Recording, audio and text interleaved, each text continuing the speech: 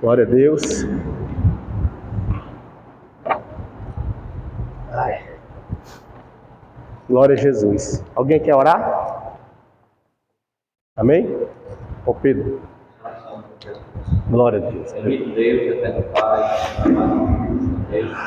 Obrigado, Jesus. Aleluia. Glória a Deus. É maravilhoso. Participamos dessa aula de ensinamento, Deus eterno, conosco, dos teus filhos já chegaram, do céu professor. Glória a Deus. Tu és poderoso, Pai. Aleluia. Tu és maravilhoso, Pai. Ajuda, tira as nossas dúvidas, abre cada vez mais o nosso entendimento, possamos ouvir e aprender. Pai, faz assim. Faz um querido, derruba por terra, coloca por terra, Pai, em nome de Jesus. Meu Deus. É só para cair, em nome de Jesus. Glória a Deus. Pai. Aleluia. Eu creio assim, Jesus. Amém. Oh, glória. Glória a Deus. Que maravilha. Aleluia. Meus amados, nós estamos agora de módulo novo. Profetas menores, para a glória de Deus. Tem. Mosanil tem 2 aí, é? Dá para emprestar um? Dá, a irmã? Tem. Tá sem, é? Tá, tem aí? Ah, é que vai na semana, né? Não dá para emprestar, só tem um, né? Vai dar para acompanhá-lo, né? Pronto. É do irmão Zanildo aqui, no final. Glória a Deus. Então, nós... Estudou no antigo, foi? Glória a Deus. O conteúdo é a mesma coisa, muda pouquíssimas coisas, só algumas correções. Alguma coisinha que a gente faz observação e manda, aí ele vai e altera lá. Pouca coisa que muda. Nós vamos falar agora sobre os profetas menores. Quem ainda lembra daquele mapa? Lembra? Tá na mente aí? Se eu pedir para desenhar aqui, dá para desenhar?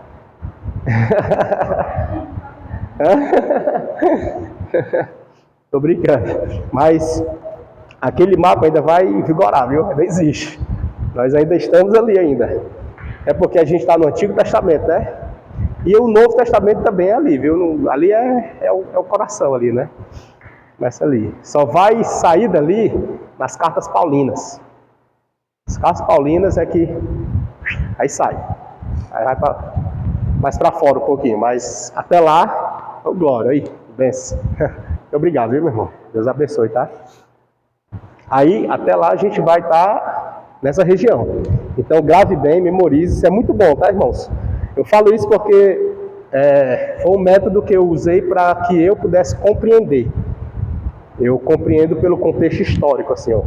Eu não pego, cada um tem um jeito de aprender, né? Tem gente que aprende assim, no ar. Opa, peguei. Já eu não, eu tenho que mergulhar, fazer igual a Ezequiel, entendeu? Mergulhar, vai mais, até, né, em águas profundas. Aí lá nas profundas que eu vou, entendi. Então, para mim poder pegar, eu preciso desenhar. É assim. Aí eu percebi que eu desenhando o mapa, eu geria melhor. Fixava melhor. Aí pronto, eu uso esse método. Então é muito importante você identificar a forma que você aprende. É muito importante isso aí. E aí eu pude ver que desenhando ali eu fixava mais. Então isso é muito importante. E aqui nos profetas menores a gente ainda está naquela região. Principalmente aquela região da Assíria. Lembra da Assíria? Lembra? Pronto. Assíria, Edom é mais para baixo assim. Edom é a última cidade que o povo passou antes de adentrar a Terra Prometida. Tá? Edom. É antes do rio. Daquém do rio, né? Daquém do rio. Da além do rio era já a Terra Prometida. Então, no Profetas Menores a gente vai ver ainda tanto a parte ali da região da Síria, a Assíria, né? A Síria, Israel e Edom. Pedacinho. Perceba que o mapa tá aqui na cabeça, viu? Eu estou botando assim. Perceba que o Egito tá para cá, né? Lembra? O Egito é para cá. Mar Vermelho, ao povo dar a volta, aí tem o Mar Morto, aí por aqui é Edom, a Babilônia, a Assíria. Dá para lembrar assim? Pronto. Então o Egito está para cá. Perceba que a gente está mais distante do Egito. Já estamos aqui em cima, Assíria, Israel, Edom, Babilônia. Nós estamos mais para cá, ó. Certo? Então vamos lá. Nessa região foi onde Deus levantou os profetas menores. O profeta Oséias, particularmente eu, ainda não está. Está lá na... Como é irmão Zanildo, o nome do livro? Escritas de quem, Deus? Ou da gente que fala as coisas? Inventários do AIDS. Inventários. Tem que cantar. Ou acrescentares, né? Então, particularmente, eu sou um dos críticos do porquê Oséias não entrou na teologia sistemática como sendo o profeta maior. Você não vai achar isso aí em lugar não, ainda está nos inventários ainda. Mas, por exemplo, o que classifica se o profeta é maior ou menor? Quem lembra? Tempo de ministério, né? Aí, o que acontece? Alguns vão dissecar um pouco mais. Por exemplo, é o tempo de ministério, ok. Mas esse ministério é de fala ou de escrita? Aí vai pesar sobre escrita, certo? É tanto que nessa classificação sistemática não entra o profeta Elias, não entra o profeta Eliseu, o profeta Natan. Deveria ter entrado, não era? Mas não entra. Por que não entra? Porque, ó, não escreveu. Aí Deus é muito sábio, não é não? Deus pega lá em Apocalipse, pega Daniel também e diz o quê? Escreve. Não é não? É ou não é? Escreve. Escreve. Deus sabe que aquilo ali, estando escrito, ficaria registrado para toda a vida. O que não foi escrito, tá também? Tá, mas está como oral. Então são os profetas da fala. Os profetas da fala, Elias, Eliseu, Natan, Jeú, aqueles lá dos juízes, né? Micaías, né? Aías, bocado. Os profetas da fala. Você encontra o livro dele, nos canonizados, não. Tá? Canonizado, não. Existe livro dele? Existe. Tem livro dele? Tem. Mas passou no cano? Não. Então, se não passou no cano, nós entendemos que não é inspirado por Deus. Não passa de livros históricos. Conta a história. Exato. Né? Ah, irmão, e o que dizer do livro de Esther? Que sequer fala o nome de Deus. Né? Não é assim? E por que ele entrou no cano? Porque ele conta uma ação de Deus. Ele conta uma perseguição contra o povo de Deus para exterminar o plano de Deus. Aí entra. Não é por ter ou não a palavra, mas é por ter ou não a ação. Então a ação divina estava lá. Hã? Né? Então é isso. Aí nesse aspecto, Esther entrou no cano. Mas os livros que foram desses profetas não entraram. Por que não entraram? Porque não é somente porque foi outra pessoa que escreveu esse livro. É porque aquela escrita, ela não foi inspirada. E ela contava situações onde o que está na Bíblia já basta. Ia ficar repetitiva. Veja que entrou lá em Crônicas, né? Tem Crônicas, tem Reis. Entendeu? Então já está registrado. Não precisa do livro dele. Porque senão é como João disse, o mundo não ia caber. né? Se alguém fala a respeito de Jesus, né? Imagina. Tá certo? Então, nos profetas menores, nós temos o primeiro aí, Oséias. E aí, quando se fala da escrita, existe na teologia sistemática que, além do tempo ministerial, é também o volume dos livros. O volume. Então, se é no volume, a gente vai ver que o menor não. O livro de Daniel, que está na teologia sistemática como profeta maior, ele só tem 12 capítulos. E o livro de Oséias está no profeta menor, mas tem 14. Passou de Daniel, mas entrou no menor. Como pode, né? Parecia ser injusto, né? E se a gente for analisar Oséias, quem abre aí a Bíblia? Primeiro capítulo, salvo engano, é o primeiro versículo de Oséias. E alguém abre em Oséias e alguém abre em Isaías. Primeiro capítulo também, acho que é o primeiro versículo. O Isaías é no capítulo 6, né? Capítulo 6 de Isaías. E Oséias é o capítulo 1. Pode ler. Pode ler, Oséias.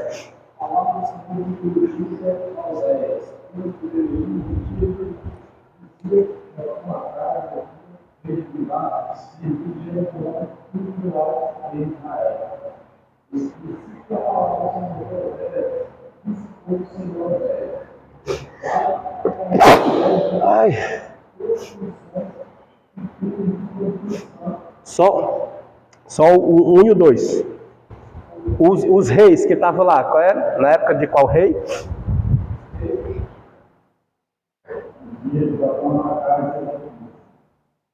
Uzias, Jotão,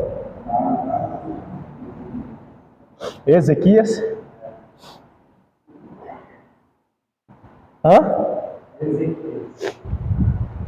Né? Esse aí é Oséias, né? A quem abriu Isaías? Isaías 6. Ó.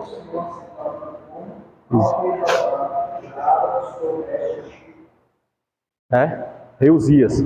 Aí, olha lá o capítulo 1 de Isaías.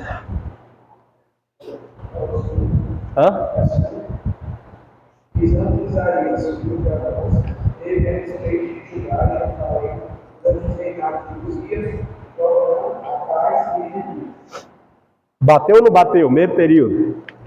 Né? A classificação do profeta, sendo maior ou menor, não estaria em pé de igualdade de Oséias com Isaías? Os dois estarem no mesmo patamar de profeta maior? Tá ou não tá? Assim, claro, né? É muito precipitado, né? Falar, mas perceba que existem várias características, inclusive a quantidade de capítulos, né? Que é maior do que Daniel, mas pela teologia sistemática ele foi considerado profeta menor. Aí, aonde é que vem a explicação para ser profeta menor? Por que eu estou falando isso? Que a gente está começando profetas menores, né? A explicação vem lá da... Quem sabe o que é isso aqui? Septuaginta. Porque lá ela considerava os 12. E aí quando ela falava dos 12, Oséias está no meio. Então tinha os escritos, tinha os profetas. Ele estava no meio dos 12 e não no meio dos profetas que eram os maiores. Então por causa da Septuaginta, que já vem de lá, seja uma raiz lá da Septuaginta, certo? Aí na Septuaginta considera ele como sendo um dos 12. Tá?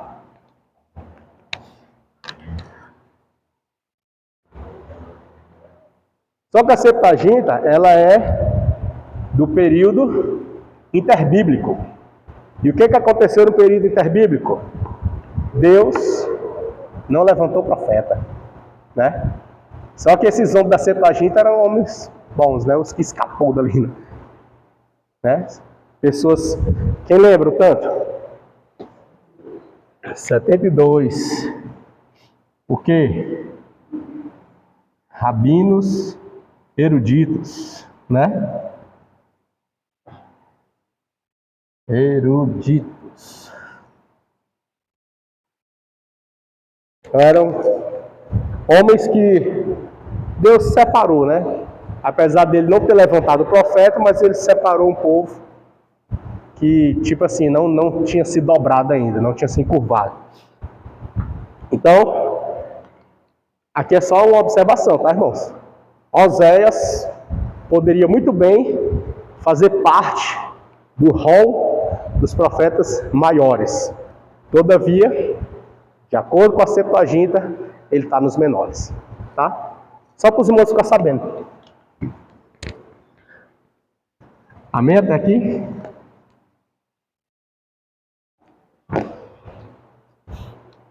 No livro do profeta Oséias, aliás, no livro dele não. Aqui nos profetas menores, nós teremos 12, né?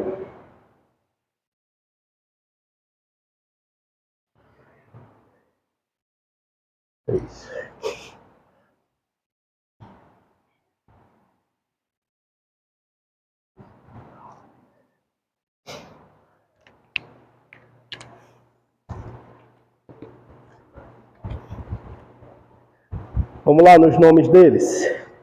Me ajuda aí. Primeiro. Segundo.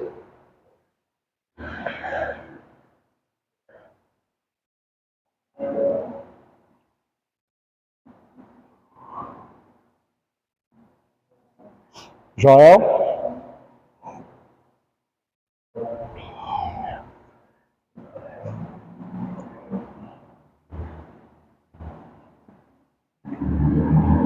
Terceiro.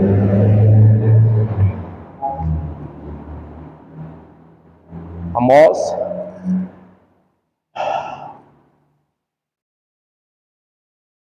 O quarto.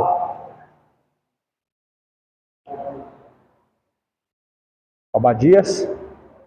Certeza? Hã? Ai.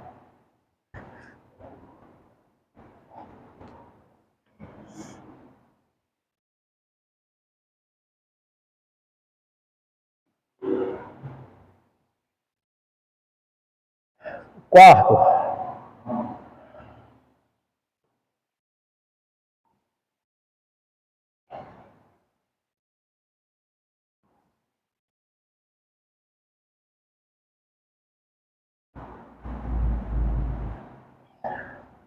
O quinto. Hã? Peraí. 1, 2, 3, 4, 5. 1, 2, 3, 4, 5. É o sexto, né? O sexto. Miqueias. Miqueias é o sexto?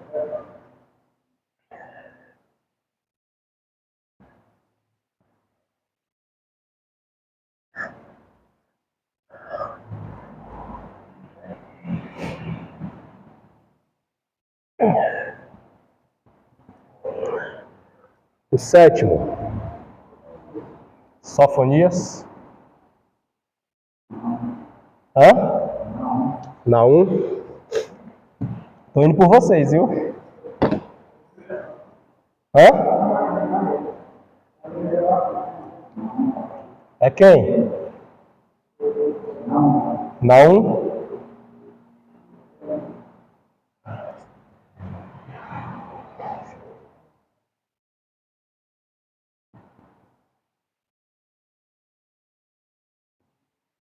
É o oitavo, né? 6, 7, oitavo. Abacuque.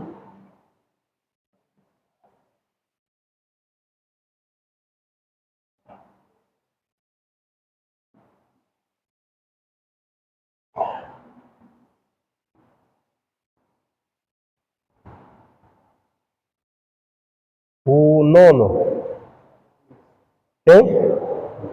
Sofonias.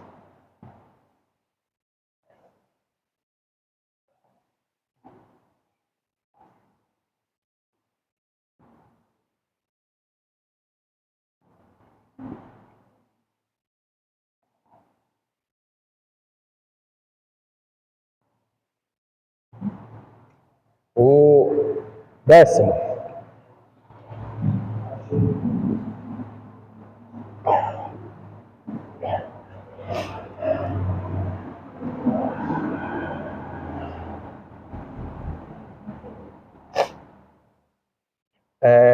Décimo primeiro. Quem? Zacarias.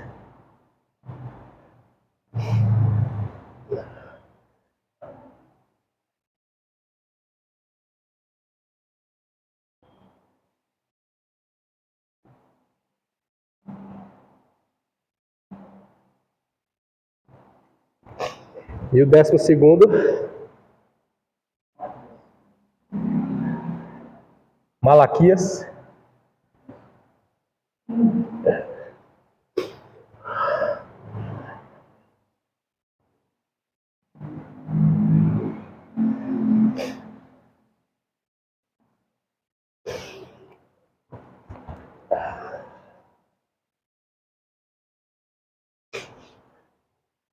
Pronto, aqui nós temos os 12. Os 12 profetas tidos como menores. Dá para entender aí?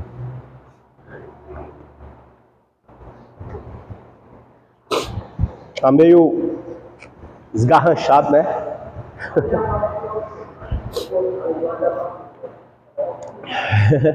Abacuque é profeta, é profecia cantada.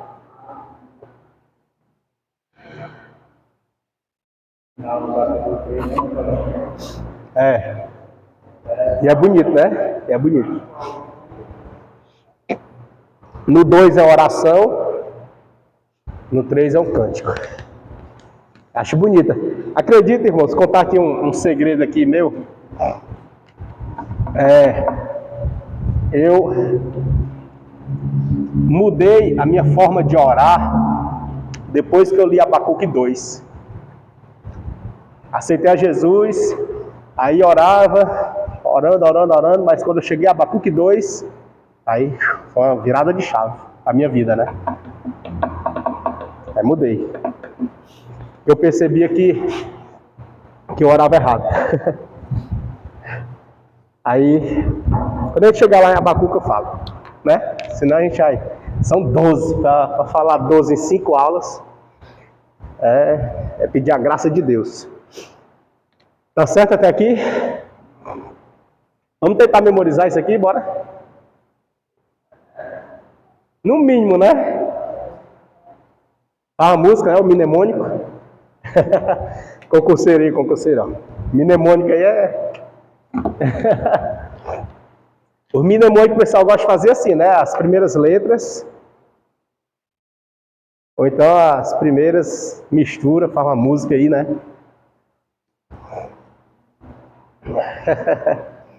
Então vamos tentar. São 12. Para a gente pegar o ritmo, bora começar nos maiores. Quem lembra dos maiores? Isaías, começou bem. Isaías, Jeremias, né? Só os profetas, né? Isaías, Jeremias, Ezequiel, Daniel. Correu, né? E Oséias, né? Aí, depois de Daniel, aí começa os menores. Vai. Olhando para cá, pode falar. Oséias.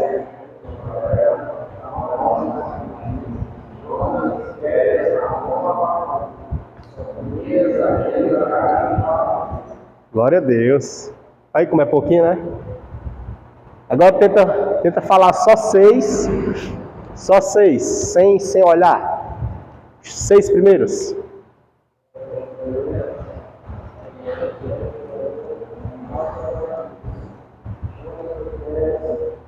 Pronto, aí, foi 6 primeiro já. 6 já tá na conta, né? É fácil, né, assim? Agora os 6 últimos.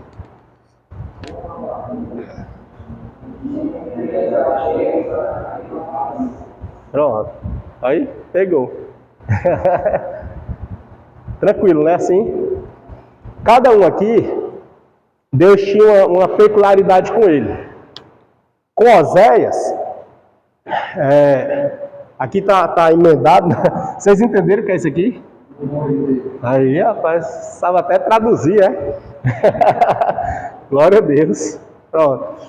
Em Oséias, Deus usou o profeta para demonstrar o amor dele com o povo de Israel. A misericórdia, entendeu? A compaixão, o resgate, o preço pago. E esse preço pago não foi do homem. Entende? A gente fala muito, né? A gente escuta também que tem que pagar o preço, não é assim? Quem é que tem que pagar o preço que a gente fala hoje, que a gente escuta? Nós ou Deus? Nós. Não é nós ou não? Tem que pagar o preço? Tem que pagar o preço. Aqui com Oséias foi diferente. Deus pagou o preço. Deus pagou o preço. Interessante, né? Constrange, né, gente? Deus pagou o preço. Aí, Deus, aqui em Amós, Deus usou o profeta para demonstrar o amor dele pela humanidade. Humanidade que a gente fala no aspecto local, né? Porque era Israel. O negócio dele ali era com Israel. Certo? Naquele mapa lá, né, que a irmã Clara tem na mente aí, tem o mapa. Tem a Síria e tem Israel. Israel e Judá. Israel é qual reino? Norte. Esse reino do norte, os irmãos lembram que a Síria foi lá e subjugou? Lembra? Subjugou Israel. Foi antes ou depois de Judá? Foi antes. Passou aproximadamente entre 100 a 200 anos subjugado. Aí depois foi Judá. Só que Judá não foi a Síria. Quem foi Judá? Babilônia. Né? Só que a Babilônia também venceu a Síria. Aí botou todo mundo no canto só. Entendeu? Foi todo mundo para a Babilônia. E o reino dividido, antes dividido, agora estava unido na Babilônia. Como é que Deus faz, né? Por isso que é importante a visão panorâmica, tá? Muito bom. Aí, aqui na Síria, nós vamos ter que voltar um pouquinho, tá? Porque aqui com Oséias, a gente está em aproximadamente 700 antes de Cristo. Então a gente está voltando no tempo um pouquinho, tá? Por quê? Porque estamos sendo profetas menores. O cativeiro foi quando? A primeira leva, né? Bota 6, bota 5, né? Aí, e esse aqui foi 700, foi antes, ó. Né? Foi antes. Oséias. Antes. Aproximadamente, viu? Bota a palavra-chave. Aproximadamente, que aí você não se compromete. Aí, Oséias. Então, nessa época, os irmãos percebem que foi nessa época que a Síria subjugou Israel. Israel não passou aproximadamente entre 100 a 200 anos subjugado? E o cativeiro começou aqui? E lá no cativeiro eles foram reunir de novo? Então, fazendo os cálculos aí, né? Nessa época foi quando a Assíria estava subjugando Israel. Então, nesse período, Israel era contaminada com outra cultura, com outros povos. A Assíria veio e misturou. E ela tentou alterar o idioma, a cultura e a religião. E ela conseguiu. Só que diante de tudo isso, o povo ficou alienado.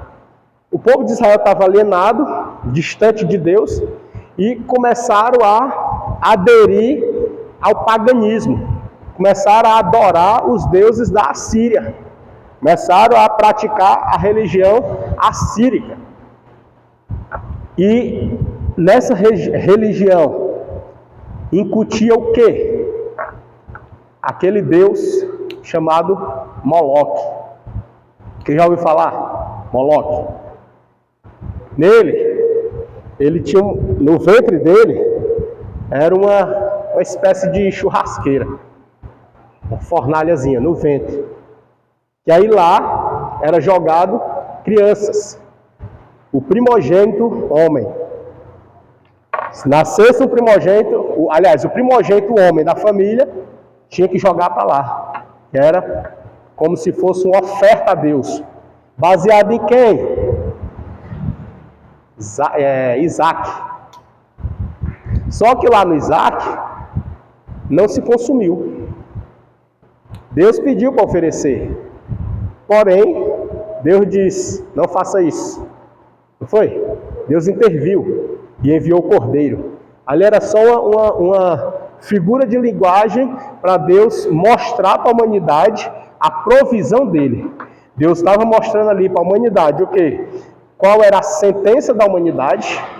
Qual era a sentença da humanidade? Morrer. Porém, se a humanidade morresse, não ia parar e nunca ia acabar e nunca ia pagar a dívida, mesmo morrendo. Não pagava. Morria e a dívida continuava. Precisaria vir um cordeiro imaculado para pagar a dívida. Ele ia morrer, mas a dívida ia ser paga. Porque senão ia só morrer. A dívida não ia ser paga. Então ele trouxe essa ideia. A oferta para Deus, e essa oferta para Deus é como gratidão pelo bem recebido, pela bênção de Deus. Porém, como sacrifício, derramamento de sangue, no sentido de remissão. Então ele estava agradecendo, no mesmo ato, agradecendo e sendo redimido. Só que essa remissão, o derramamento de sangue, ela só durava um ano. No ano seguinte tinha que derramar de novo. Então, haja pessoas para estar morrendo, derramando sangue, morrendo e derramando sangue, e a dívida nunca acaba. Aí Deus proveu o cordeiro, né? Lá em Abraão ele fala, ele proveu o cordeiro. Perceba que o texto ele vai dizer assim, que um cordeiro para si, né? Cordeiro para si, ele proveu. Lá em Hebreus ele vai falar que o cordeiro para si, ele proveu. E aí, os assírios, eles tomavam por base. Para quê? Para ludibriar o povo hebreu. Ludibriar. E enganou mesmo. Perceba se não foi a mesma artimanha que a serpente fez lá no Jardim do Éden. Para ludibriar Eva, usou a própria palavra, distorcida, contra ela. E ela caiu. Entendeu? Então estejamos o quê? Atentos. Porque o enganador, ele não vem assustando, ele vem camuflado, ele vem disfarçado, ele vem também com sapatinho de lã, para enganar. A intenção é essa. E se você for perceber, já entrando aqui, só abrindo parênteses, rápido, a gente percebe isso lá em Apocalipse. Eu sei que vocês ainda não viram, mas quando chegar lá, vocês vão ver que lá fala de 2 cavaleiros brancos. Tem 2, mas os 2 não representam a mesma pessoa. Um representa um, o outro representa o outro. Então você precisa saber, entendeu? É muito importante isso. Da mesma forma aqui com Oséias. Oséias ele estava num convívio social de depravação. As pessoas haviam sido... elas estavam moralmente afastadas de Deus. Elas estavam moralmente afastadas de Deus. Então elas não estavam mais nem aí para as coisas de Deus. Estava depravada diante do subjugo da Assíria. Então Deus fez o quê? Para demonstrar essa depravação do povo. Mandou o profeta se casar com a mulher. só que era uma mulher que ele escolhesse? Não, a que Deus mandou. E Deus mandou ele casar com uma mulher chamada Gomer. Parece dos Simpsons, né? Gomer. Mas quando Deus manda ele casar com ela, ela já não era bem vista na sociedade. E o profeta Oséias, há quem diga, inclusive aqui o nosso material, ele acredita, ele defende a tese de que Oséias era rei. E ele, na condição de rei, ele tinha qualquer outra pessoa para casar. Podia escolher. Mas Deus manda ele escolher uma prostituta. E casa com ela. Alguns dizem que ele tem outra vertente que diz que Oséias era pastor. E ele, como pastor, ele teria o exercício separado, tanto para as ovelhas quanto para Deus. Mas como rei ele tinha liberdade. Aqui ele traz essa ideia de rei, e como rei fica ainda pior, né? Porque ele tinha tudo e escolheu uma prostituta. E nessa prostituta, ele estava não por escolher ela, mas porque ele estava a obedecer à voz de Deus. Vem aqui uma enquetezinha. Quando Oséias escolhe a prostituta e casa com ela, ele peca ou não contra Deus? Né? E aí? Ele casou com a prostituta. Casou, viu? Não foi só saiu com ela e casou.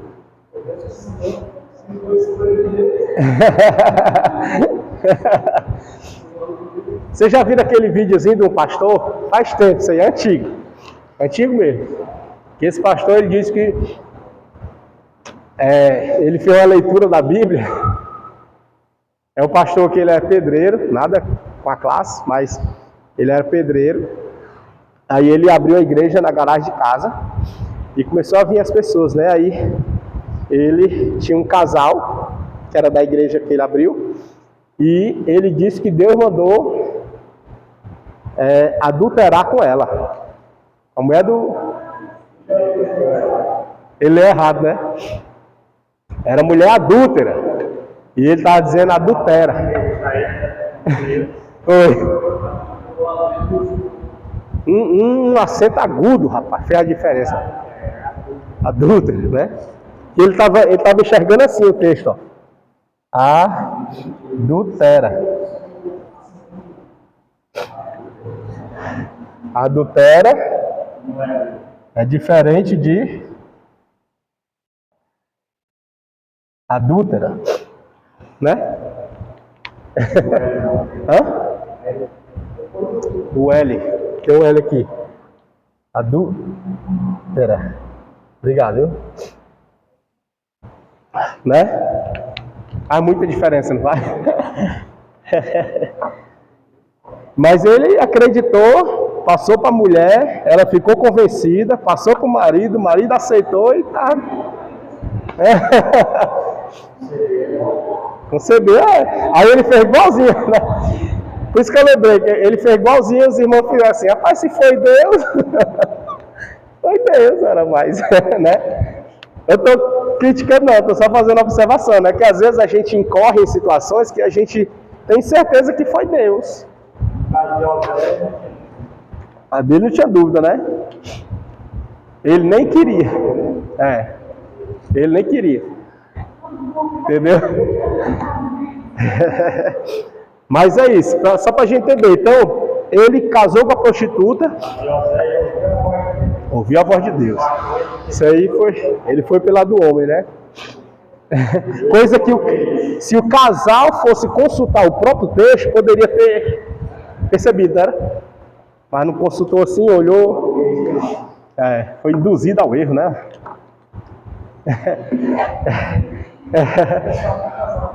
Foi só o casal, não? Foi? Eita, meu. Então assim, trazendo aqui para Oséias. Oséias, ele casou com a prostituta e teve filhos com ela. E então ali, no caso de Oséias, é outra história, porque o caso de Oséias realmente ele estava por ordem divina. Se era por ordem divina, apesar do ato, ele pecou ou não? Não. Por que não? Porque era uma demonstração de Deus para o povo. O profeta, ele não traz a voz de Deus para o povo, diferente do sacerdote. O sacerdote faz o quê? Leva o clamor do povo para Deus. Aí é outra história. Aí é diferente. Mas do profeta para cá, não. Profeta, viu? Profeta mesmo, profeta. Né? Aí, ele casou com ela e teve filhos com ela. A gente acredita que os filhos eram dele, porque a Bíblia menciona que ele teve filho com ela, né? Mas, quem garante, né? Não tinha nem exame de DNA na época. Mas, digamos que realmente se fosse dele. Só que o que Deus estava chamando a atenção ali é para o nome das pessoas. O nome dos filhos. Ele teve um casal. E nesse casal, do primogênito era Jazreel. Jazreel quer dizer que Deus, o idioma grego, hebraico, irmãos, ele tem as suas variantes, tá? Então, nesse sentido aqui, de Jaz, está relacionado a Deus, tá?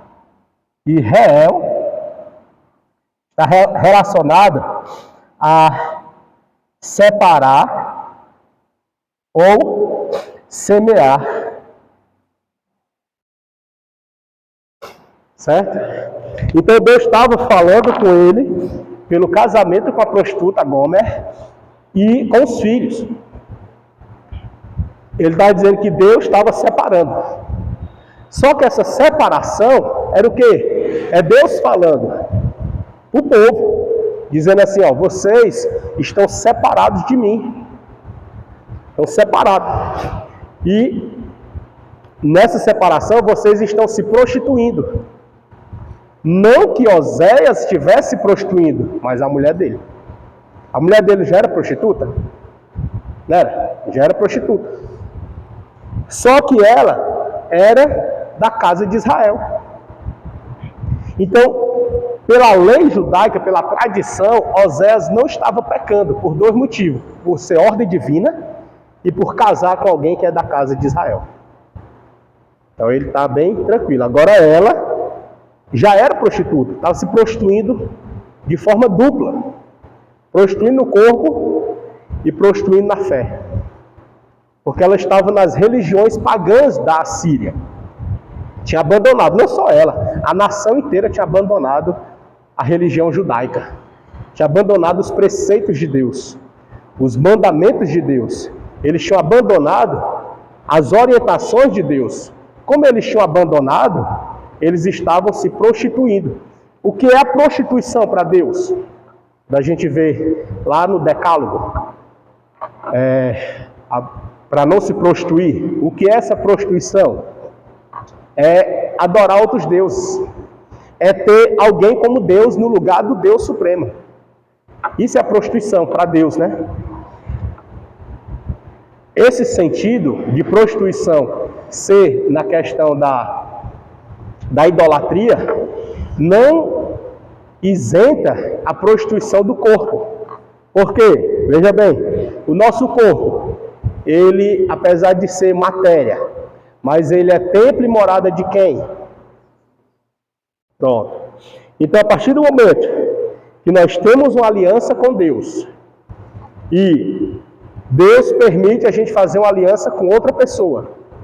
Só que essa aliança com a outra pessoa é uma aliança abençoada por Deus, porque foi permitida por Deus.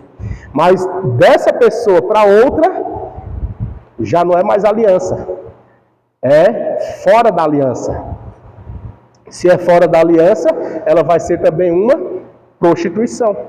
Então vai ser a prostituição na fé contra Deus e a prostituição contra o cônjuge, que é a traição, né? Entendeu? então vai estar se prostituindo no seu corpo, porque o corpo é templo e morada do Espírito Santo. A partir do momento que você usa ele para outra finalidade, você está se prostituindo. Então, nesse sentido, ele casou com uma israelita prostituta, nos dois sentidos, no corpo e na fé, na religião.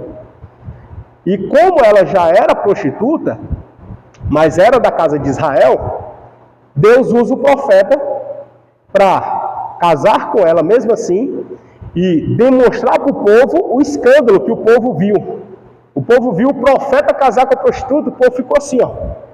Hã? Igual hoje. Ia dar um choque de realidade. Quantos profetas Deus não tinha levantado? Mas quando Deus manda o profeta vivenciar a vida que o povo estava levando, o povo dá aquele choque. Nesses dias aí, só um parênteses aqui bem rápido, nesses dias estava essa situação lá do Rio Grande do Sul, né? Das enchentes, foram quase 500 cidades inundadas. Aí um rapaz lá em São Paulo pegou um cartaz assim, aqueles que fazem propaganda ambulante assim, botam um cartaz aqui, que ele tem mensagem na frente e atrás. Aí ficou assim numa praça. Chama do nome, um palavrão, né? Tipo, dizendo assim, ele falou um palavrão, eu vou substituir o palavrão por outra palavra. Tipo, dizendo assim, ó, tô nem aí pro Rio Grande do Sul. Tô nem aí pro Rio Grande do Sul. Não foi tô nem aí, né? Ele falou um palavrão. Eu tô dizendo eu tô nem aí pro Rio Grande do Sul. E assim, aí o pessoal criticava ele.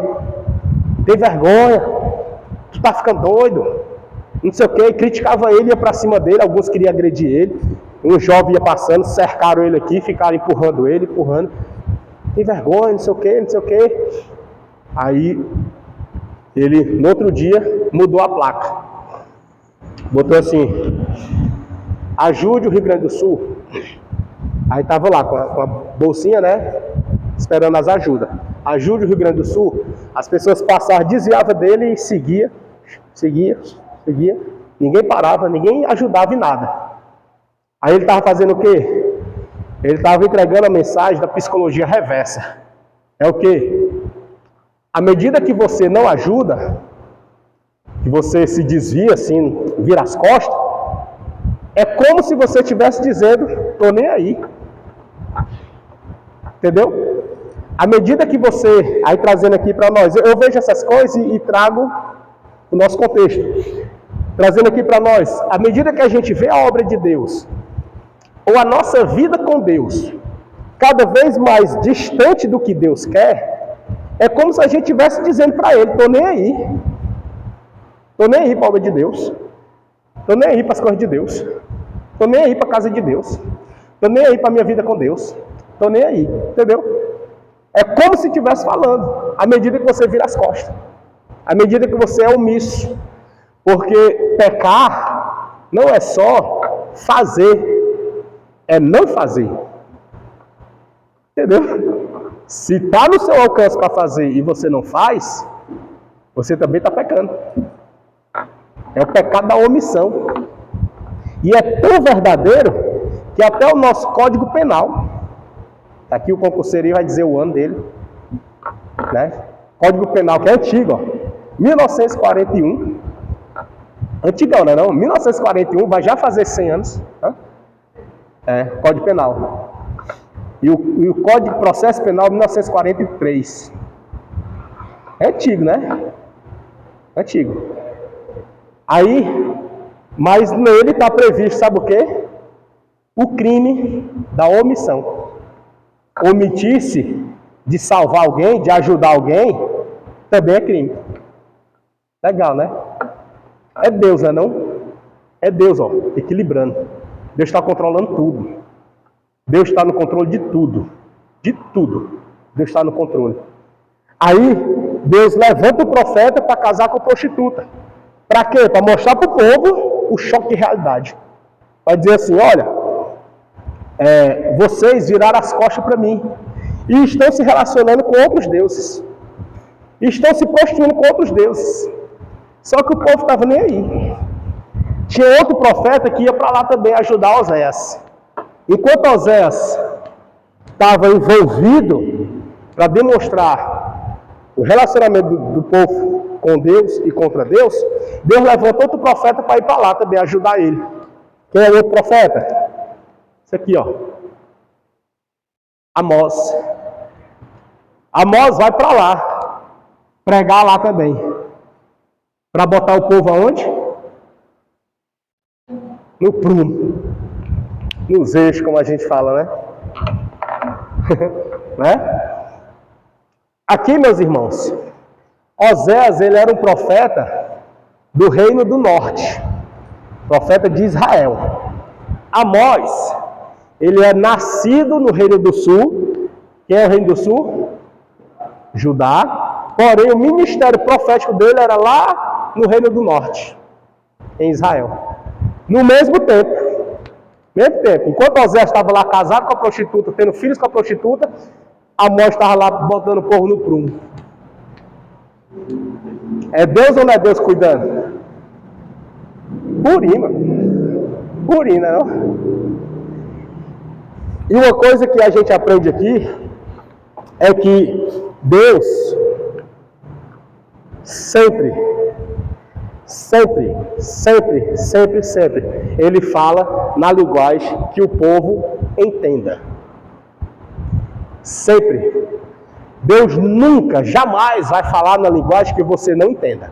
Ele fala na linguagem que você entenda. Sempre. É tanto que ele falou nessa linguagem, o povo entendeu. Quando ele usou o profeta para vivenciar a depravação do povo, o povo entendeu. Por quê? A linguagem que eles entenderam. Entendeu? Isso é estratégia. Isso é, como diz a escanfeira ali.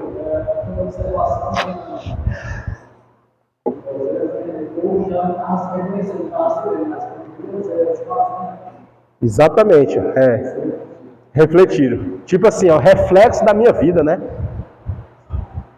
Talvez eles até respeitavam ainda o profeta, mas quando o profeta casou com a prostituta, eles... Ixi, foi isso, profeta? Aí ele, eu? Né? Eu? Vocês estão assim. Vocês fizeram isso com Deus. Imagina, né, a mensagem de Oséias. Aí a mensagem... Eu estou na introdução, fazendo assim uma visão panorâmica aqui, né? Me detive muito aqui, mas aqui com Oséias a gente vai ver o amor de Deus para com o povo de Israel, tá? Daqui a pouco eu volto, deixa eu ver se dá tempo. Acho que dá. Daqui a pouco eu volto aqui, é rápido. Joel é o profeta do anúncio do Pentecostes, né? É o profeta que clamou a Deus para Deus avivar o povo. O povo estava no declínio, mas Deus levanta o profeta para avivar. Por que eu botei esses adjetivos aqui? Para os irmãos entenderem que em cada um, Deus tem um propósito. Em cada um, em cada chamada, Deus tem um propósito. E qual é o propósito? É só em você? É no coletivo. É no povo de Deus. Na época era sobre Israel. E hoje é sobre quem? A igreja. A igreja. Deus te chamou e Deus me chamou para a gente exercer um papel em meio à sociedade, proclamar o nome dele. Mas, de contrapartida, é um cuidado de Deus para com a igreja. Deus usa você, Deus usa a mim, Deus usa quem Ele quer para cuidar da noiva dele. A igreja. É o cuidado com a igreja. Deus levantou você para cuidar da igreja. E à medida que você cuida da igreja, Deus está cuidando de você também. É assim, ó. Você não perde nada. Não perde nada. E aqui, ó, a gente percebe isso. Joel, Deus levantou ele para anunciar um despertamento, para clamar, pedir a Deus um avivamento. Amós, Deus levantou ele para botar o povo nos eixos, no prumo. Obadias, Deus levanta ele para estabelecer e anunciar e trazer de volta a amizade, o relacionamento deles com Deus.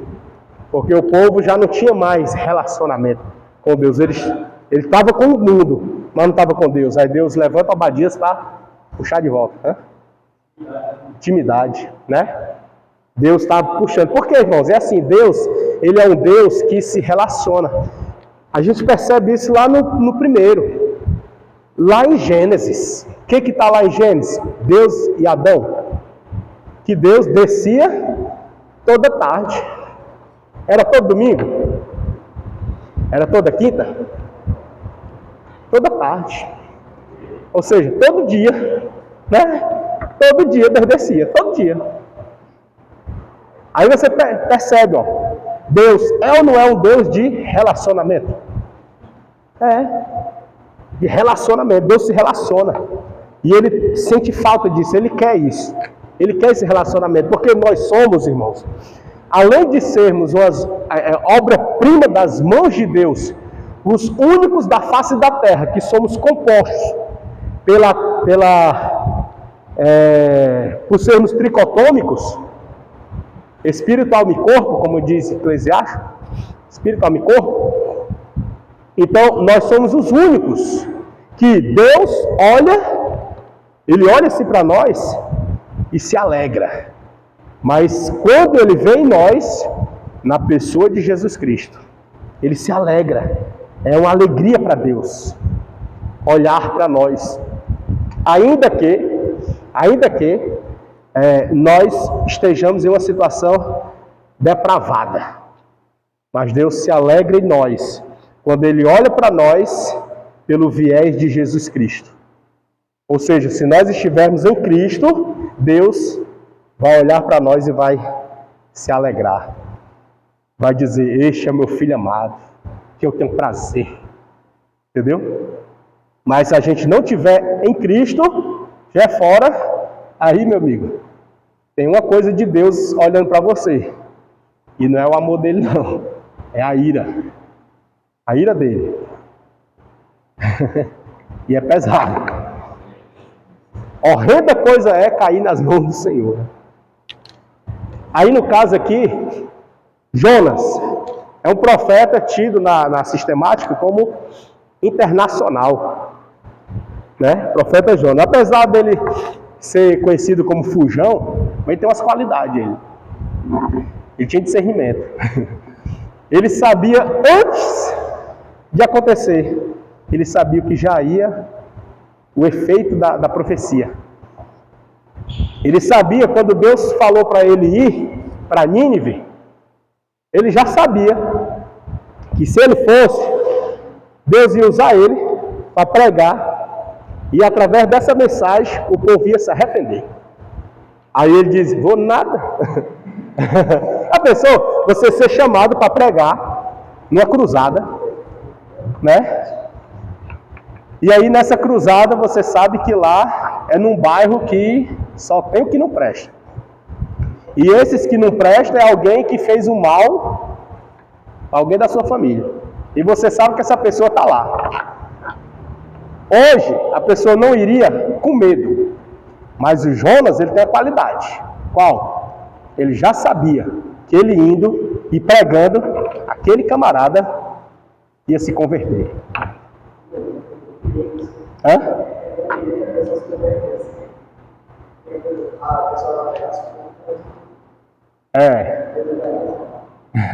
Jonas, perceba que Jonas ele já sabia.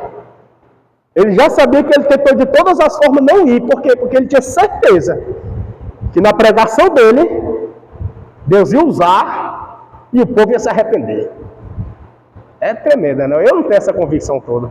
Eu prego e fico na esperança de que alguém se arrependa e aceite a Jesus. E Jonas não, ele tinha certeza. Aí ele começa a tentar fugir e compra até passagem para ir para Tarso. Mas Deus manda ele para lá. E ele é tido como profeta internacional. Ele sai da sua região e vai para Nínive. Nínive é aquela região lá da Assíria, tá? Hã? Na região da Assíria. Eu não me lembro qual é a capital. Aí, Miqueias, Deus levanta ele e traz aquela mensagem de Isaías. Ele é um profeta messiânico. Quem era o profeta messiânico? Isaías. Só que, diferente de Isaías, ele traz o detalhe da crucificação, do nascimento e crucificação. Já Miqueias, ele diz o local, de onde ele vai vir. Né? Belém, Efrata. Quem lembra o que é Efrata? Efraim. Entendeu? De Efraim. Aonde é Efraim? Reino do Sul ou Norte? Sul. Do Reino do Sul. Aí Miqueias é levantado para dizer, olha, ele vai vir. Da onde? Lá de Belém. Belém é a Efrata. De Efraim. Mas precisa, né? E aí, foi através dessa profecia de Miqueias que Herodes, os reis magos, os fariseus, examinavam. Tudinho. Examinavam na risca. Foi baseado nessa profecia que Herodes mandou matar os primogênitos. Não só com base nela, mas com base no que os reis disseram para ele. Né? Disseram para ele que era a estrela de quando nasce o rei tinha aparecido. E ela estava naquela direção. E eles estavam em caminho da estrela rumo a Belém. Né? Belém. Aí, Naum, Deus levanta Naum para anunciar ao povo o quê? A destruição. Por que destruição?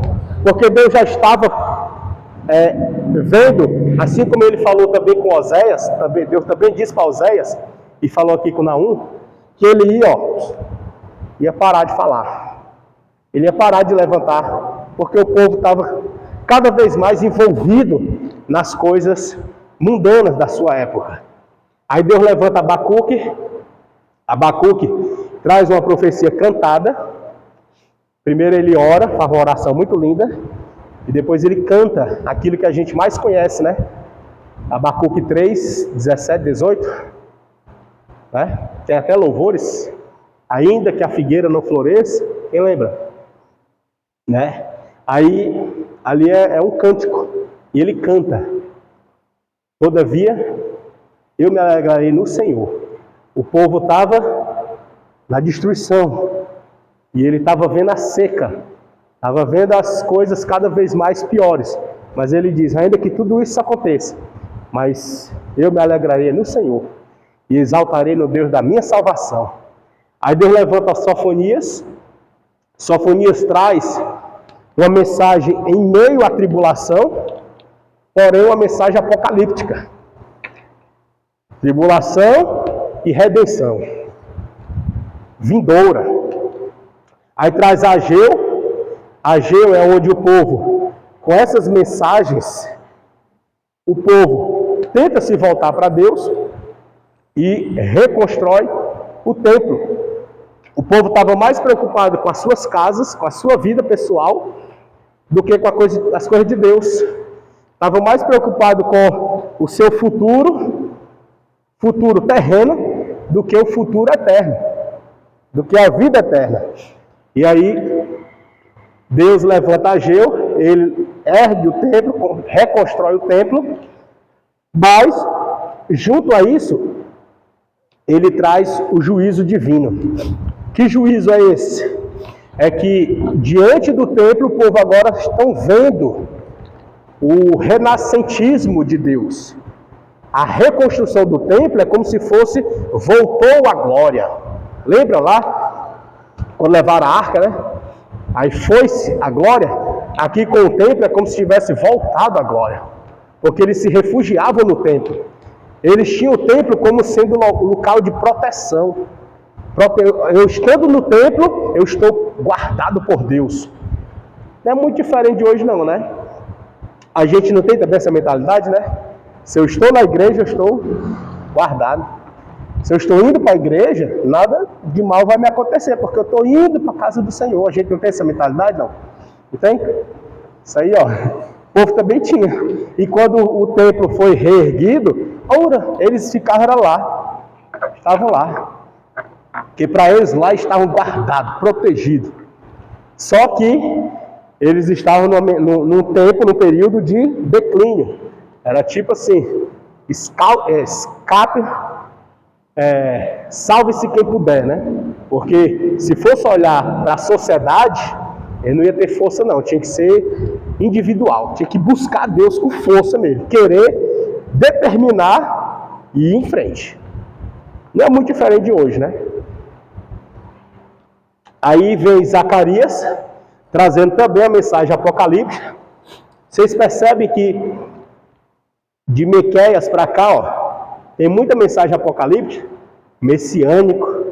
Aí vem a profecia, uma tribulação, mas é apocalíptica. Aí vem Zacarias com a mensagem apocalíptica. Percebe que Deus está tipo assim, tendo pressa, anunciando com pressa, né? Aí vem Malaquias prega num período em que o povo, depois desse período aqui de Ageu, que estava todo mundo no seu êxtase, no seu ápice, buscando a Deus, indo para a casa do Senhor, aí depois eles esfriam. Aí vem a mensagem apocalíptica para dizer, desperta, está vindo o futuro, está vindo o juízo de Deus. Aí o povo, mesmo assim, não desperta e entra num relaxamento religioso, espiritual. Eles relaxam. Eles amornam. É tipo assim, não, eu já busquei muito, agora eu vou só esperar o futuro. Né? É como se fosse a apostatada da fé, né? Eles tinham voltado. Então o povo estava no relaxamento espiritual e isso incorreu no cumprimento de Deus que ele falou lá com Oséias. Deus falou aqui com Oséias e falou aqui com Naum. Que ele, ó, não ia mais falar nada. E aí Deus cumpre. Não levanta mais profeta. E o último profeta levantado foi Malaquias, né? E Malaquias, ele tenta despertar o povo falando sobre aquilo que a gente mais conhece, né? Malaquias 3, 10 e 11. Que é para trazer a casa do tesouro. Que o povo estava meio que disperso, estava preocupado só com as suas coisas. Às vezes a gente se pega desse jeito, né? Preocupado só com a gente e esquece da casa de Deus.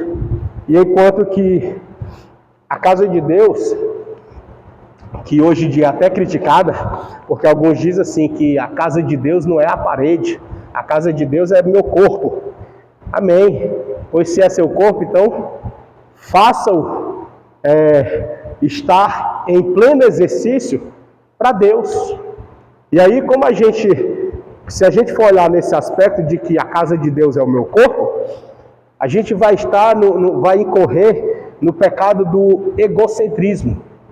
Nós vamos cuidar só de nós e esquecer do necessitado, do irmão que está do meu lado. E trazendo para a igreja, você está trazendo para a coletividade. Não é só você que é abençoado, os demais também são. Entendeu? Por exemplo, quem aqui comprou uma cadeira dessa aqui? Ninguém, né? Mas você não está usando? Talvez quem comprou nem aqui esteja, mas você está usando. Entendeu? Né? Então assim, a coletividade. Alguém, Deus usa uma pessoa, aí outra, e outra, e outra, e todo mundo, naquela união, faz a diferença para a casa de Deus, para que todos desfrutem. Todos. Se fosse no individualismo, a casa de Deus é meu corpo, é minha vida, cada um que se cuide. Era cada um por si. E aí como seria? Seria parecido com a igreja de Corinto. A igreja de Corinto era parecida com isso aí, cada um por si. No dia da ceia lá, o negócio era meio feio, né? Uns levavam um pão família e o outro não tinha nada e ficava do lado olhando. Entendeu? Aí Paulo diz o quê? Quem tem fome, come em casa. Né? Come em casa, não é aqui não. Aqui é para repartir. Enquanto uns pegavam as garrafas de vinho, o outro não tinha nenhum cálice. Entendeu? Era assim, era meio bagunçado. E não só aí, né? A bagunça era no outro sentido também. Então, é necessário distribuir. Aí aqui com o profeta Oséias, após feita essa introdução, em razão de ser a primeira aula, para mostrar os 12, né? Aí, agora, adentrando aqui especificamente com Oséias, a gente vai perceber que o povo, eles estavam numa cultura religiosa do chamado sincretismo. O que é o sincretismo? É quando o povo, eles aderiram outras religiões, outras doutrinas e fizeram uma fusão.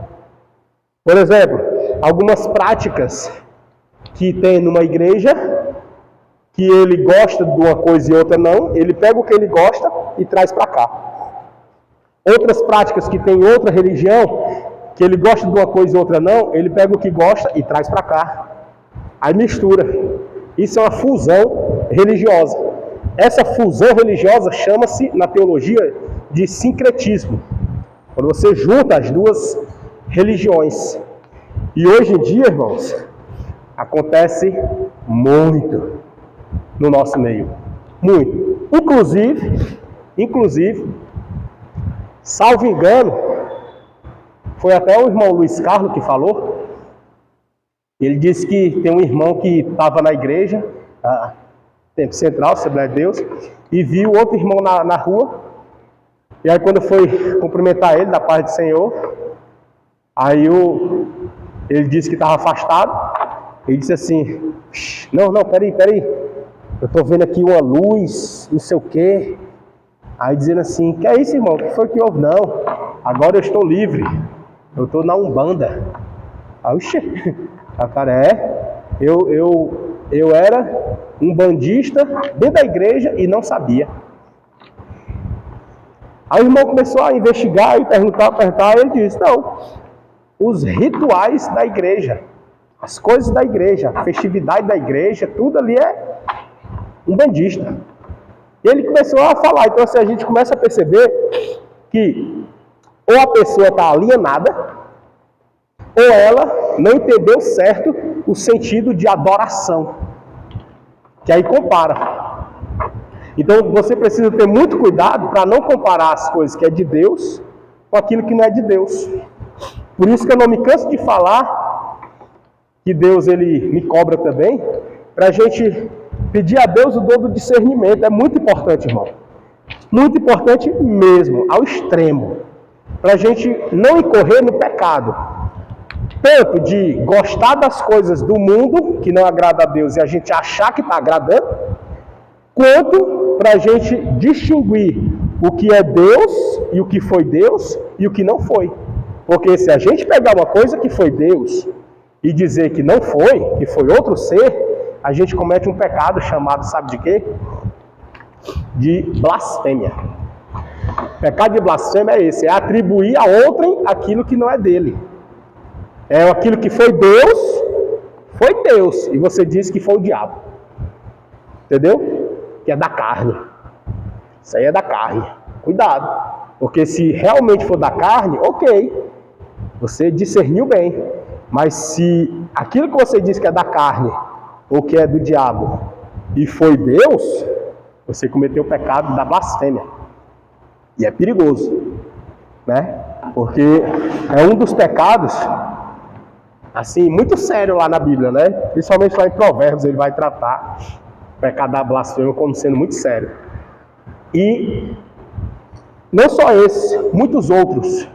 Como já aconteceu comigo de abordar uma pessoa em evangelismo, e essa pessoa falou assim, tu é da Assembleia? Sou Tempo Central? Eu já fui de lá. E ele falou o nome de todo mundo.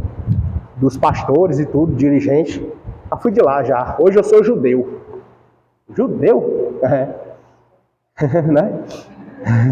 Aí começou, sabe, o engodo. O engodo, todo engodado o homem. Aí o rapaz, mano. Eu via isso na Bíblia, vocês não enxergam. A gente não enxerga. Mas enfim, não vou entrar nesse mérito porque a gente passou algumas horas conversando.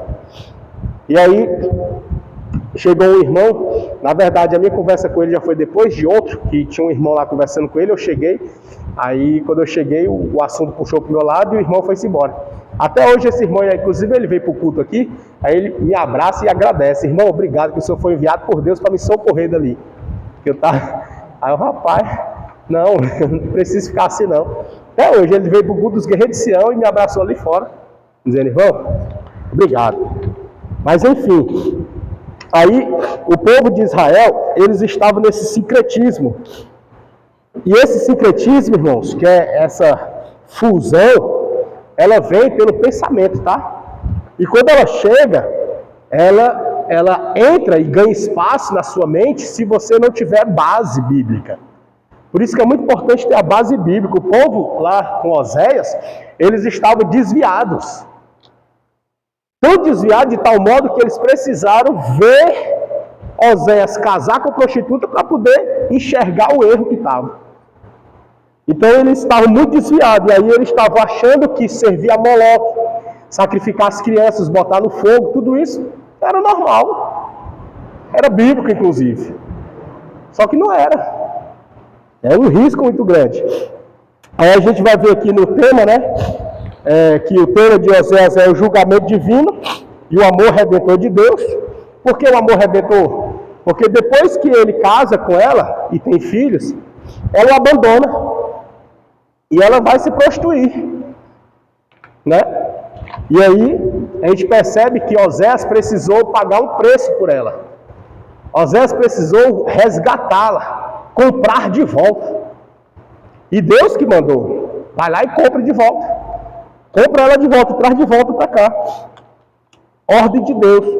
Por quê? Deus estava mostrando ali, irmãos, nada mais, nada menos que o preço que ele pagou para resgatar o povo de Israel. O preço que ele pagou para nos resgatar. O preço que ele pagou para poder salvar a nossa vida. A gente caminhava no caminho rumo à perdição eterna. E essa perdição eterna, ela ia terminar no juízo de Deus, no julgamento eterno e eternamente distante de Deus. Aí Deus foi lá e resgatou, e pagou um alto preço, e rasgou a cédula que nos condenava. Então isso tudo faz parte do quê? Do contexto histórico, religioso e teológico de Oséias com a sua esposa e Israel. Aí, ainda aqui, vai dizer que o amor inabalável de Deus por Israel, a fim de trazer julgamento e restauração final. E tem como título o nome de Oséias, que tem como sentido salvação ou livramento. O próprio nome dele já é sugestivo, né? O próprio nome do Oséias, do profeta. A forma hebraica de se falar Oséias é Oshea,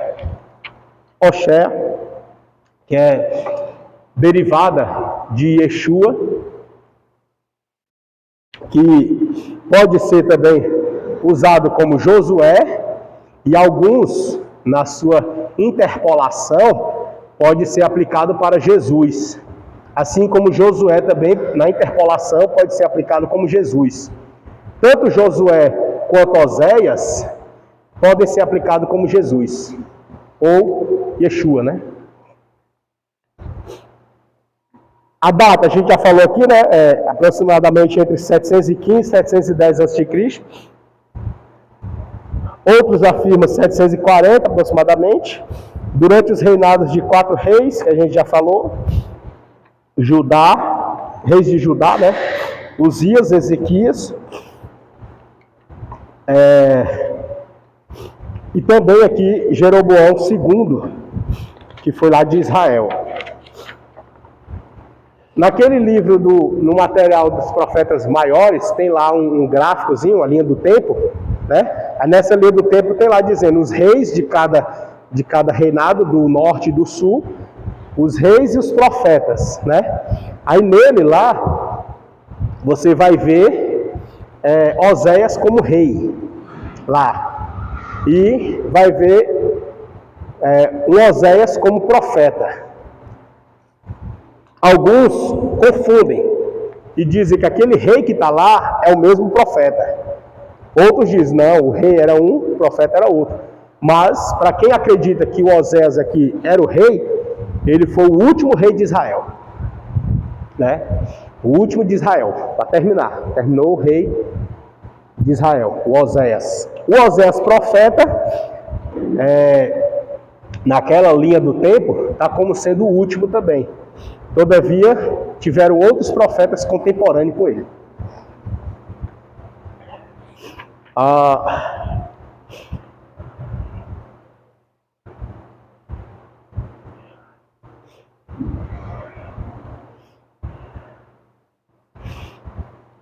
Aqui na página 11, vê se é a 11 de vocês, que é o comentários, o tópico 1.10, comentários sobre Oséias. É na 11?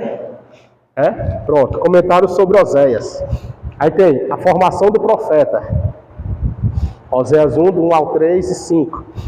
Aqui, a formação do profeta inicia a primeira divisão do livro. O livro ele divide em duas partes grandes, né? Duas partes grandes.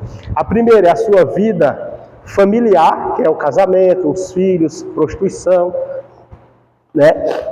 E a segunda é a sua mensagem profética. A segunda parte, a primeira divisão, ela vai do capítulo 1 até o capítulo 4. Aliás, o 4 não, o 3, até o 3.5. E a segunda divisão, ela é do capítulo 4, versículo 1 em diante. SS é os seguintes, tá? SS aqui. Capítulo 4.1, SS. SS são seguintes. Então vai do capítulo 4, verso 1, seguintes.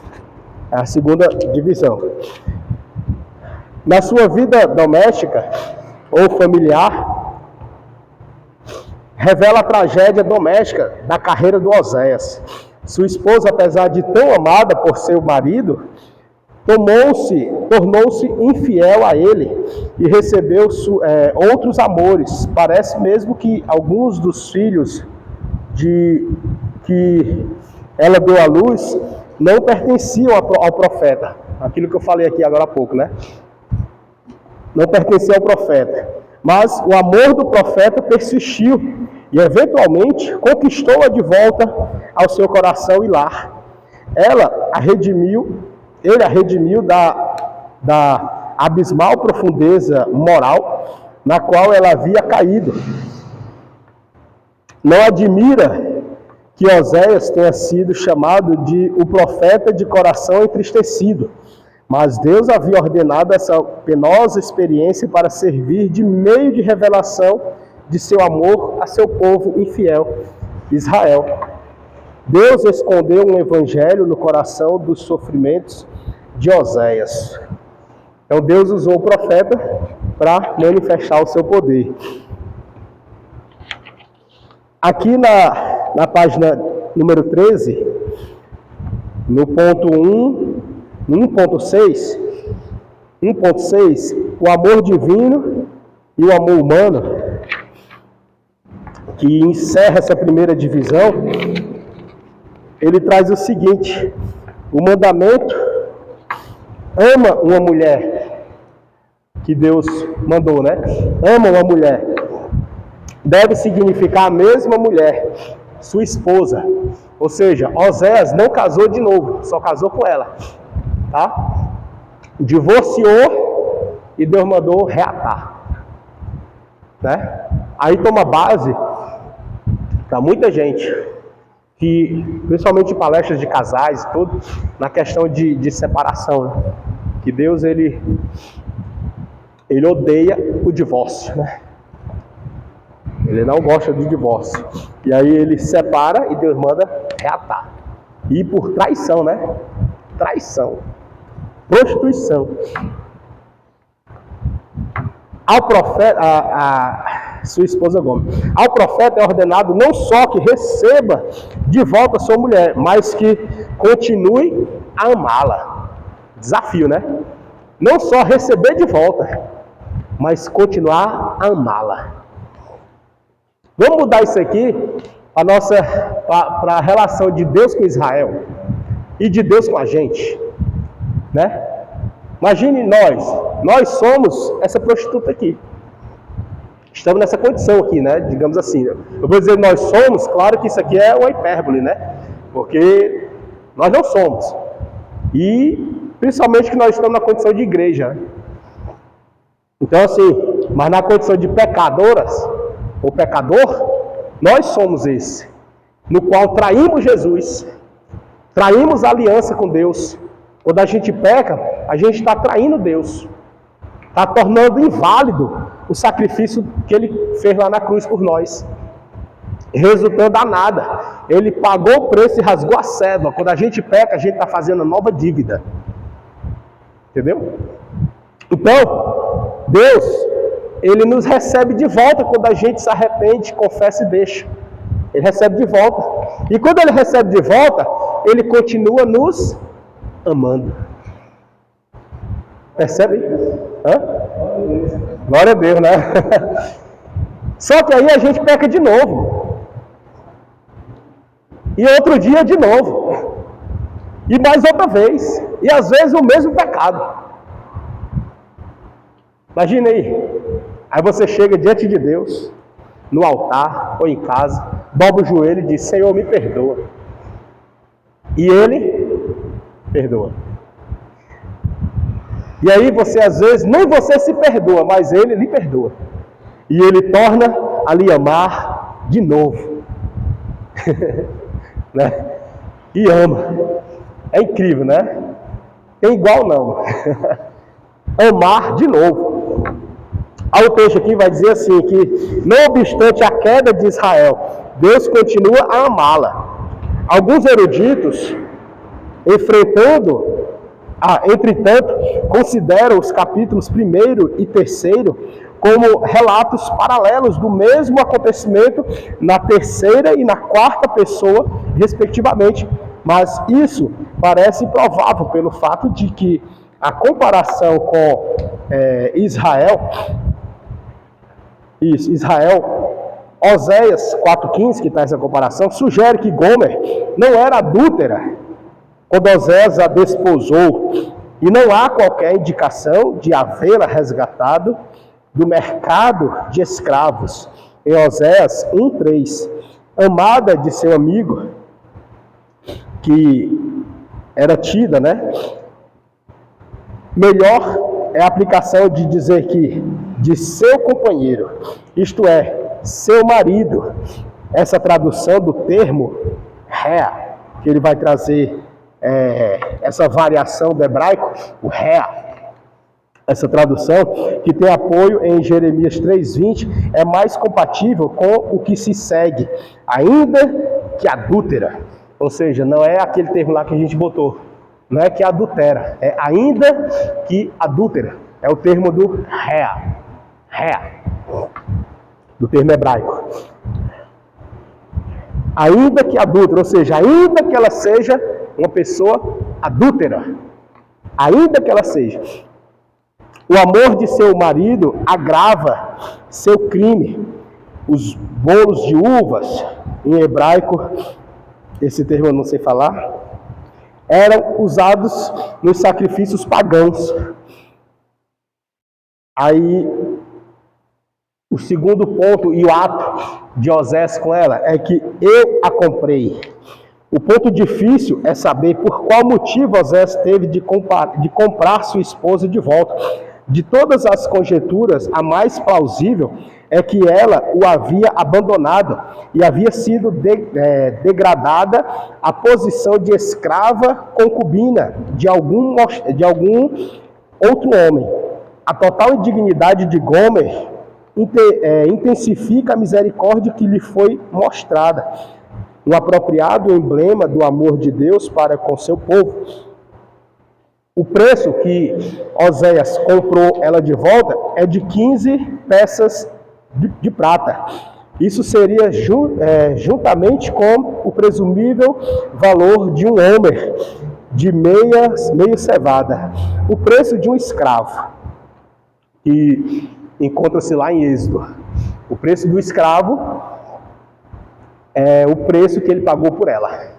Então, ou seja, acredita-se que é o entendimento mais plausível de que ela foi se prostituir com um homem que a colocou na condição de concubina. E Oséias teve que ir lá e pagar um preço por ela. E pagou um preço de escravo. Ou seja, ela estava na condição de concubina, escrava, e ele resgatou de lá deste homem. É a conjectura mais plausível para explicar o porquê que ele teve que comprar. Entendeu? Por que ele teve que comprar? Aí a conjectura mais plausível é essa, é de que ela nas suas prostituições se prostituiu com um homem rico e este homem a colocou como concubina. Tipo, Salomão tinha várias mulheres, né? Só que eram mulheres e concubinas. As concubinas, elas estavam a serviço.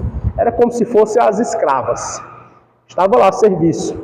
E ela, essa prostituta, a esposa de Oséias, a Gomer, ela estava morando com um homem que a colocou como concubina, escrava concubina.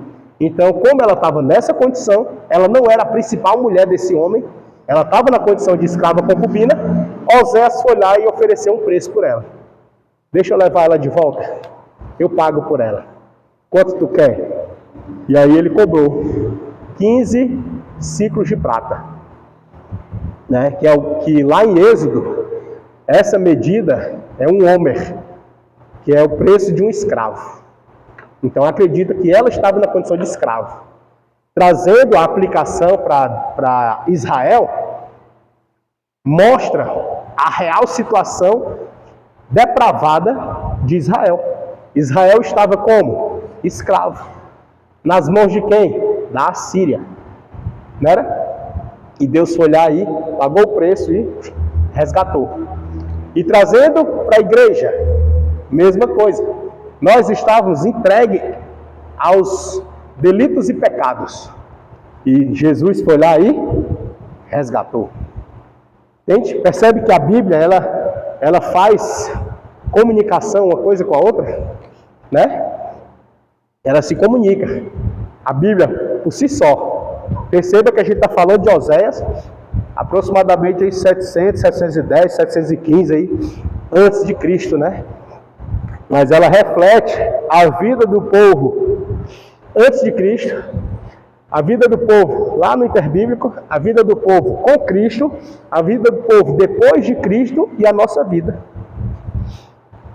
né? Alcança até a gente. Mesmo jeito. Aí, ainda na leitura, vai dizer assim,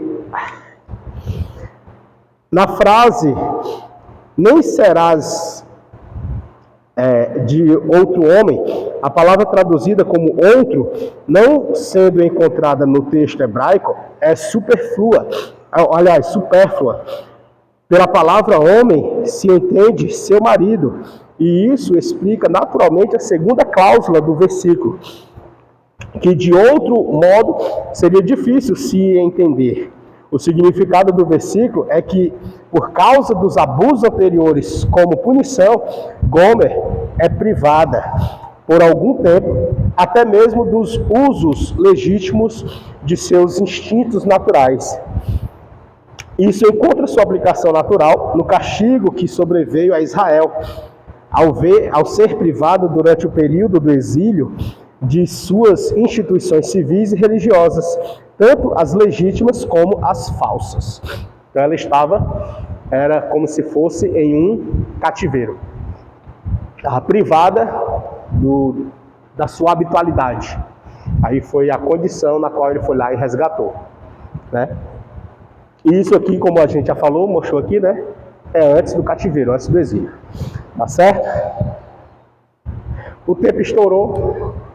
Aqui no 2, corrupção moral de Israel, começa a falar da segunda divisão, né, que é os discursos do profeta,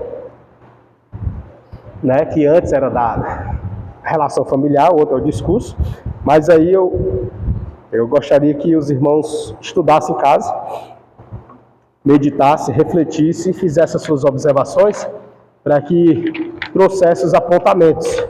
Nesse módulo, nós iremos tentar conciliar. Nessa primeira aula, eu passei a introdução e uma visão panorâmica de Oséias. Na segunda aula, nós iremos tentar harmonizar aqui, pelo menos 3, aula 2, aula 3, aula 4 e aula 5, de 3 a 4. Então eu peço a ajuda dos irmãos, que os irmãos leiam. Leia e... Desculpe, viu? Leia e faça os apontamentos, tá? Estude para que na próxima aula a gente consiga esclarecer, tá bom? Ficar de pé, a gente orar. Glória a Deus. Alguma pergunta? Algum comentário? Pode. Obrigado, tá?